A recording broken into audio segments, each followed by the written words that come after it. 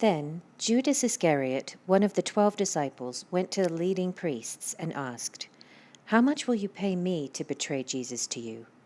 And they gave him 30 pieces of silver. From that time on, Judas began looking for an opportunity to betray Jesus. On the first day of the festival of unleavened bread, the disciples came to Jesus and asked, "Where do you want us to prepare the Passover meal for you?" "As you go into the city," he told them, "you will see a certain man. Tell him, 'The teacher says my time has come, and I will eat the Passover meal with my disciples at your house.'" So the disciples did as Jesus told them and prepared the Passover meal there.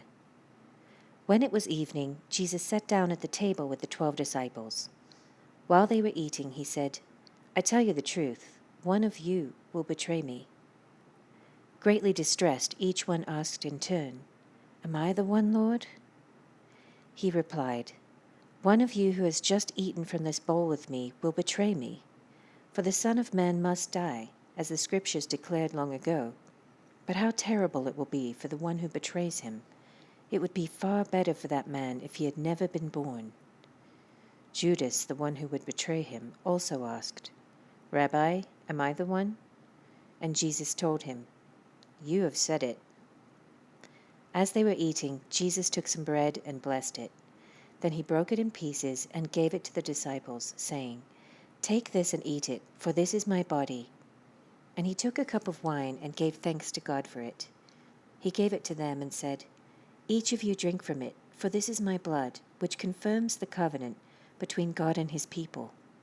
It is poured out as a sacrifice to forgive the sins of many. Mark my words, I will not drink wine again until the day I drink it new with you in my Father's kingdom." Then they sang a hymn and went out to the Mount of Olives. On the way, Jesus told them, "Tonight all of you will desert me, for the Scriptures say, 'God will strike the shepherd, and the sheep of the flock will be scattered.' But after I have been raised from the dead, I will go ahead of you to Galilee and meet you there."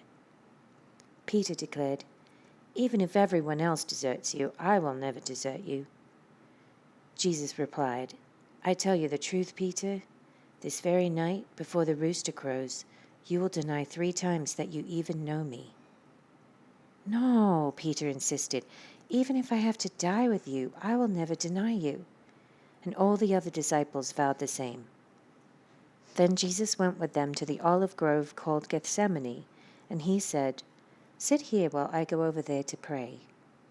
He took Peter and Zebedee's 2 sons, James and John, and he became anguished and distressed.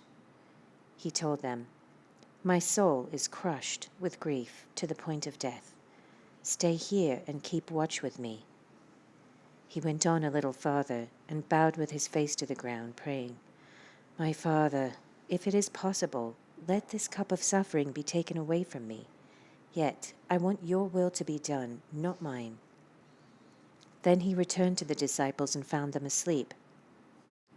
He said to Peter, "Couldn't you watch with me even 1 hour? Keep watch and pray so that you will not give in to temptation.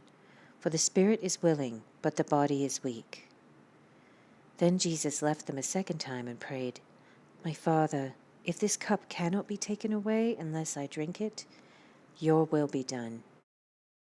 When he returned to them again, he found them sleeping, for they couldn't keep their eyes open. So he went to pray a 3rd time, saying the same things again. Then he came to the disciples and said, "Go ahead and sleep, have your rest. But look, the time has come.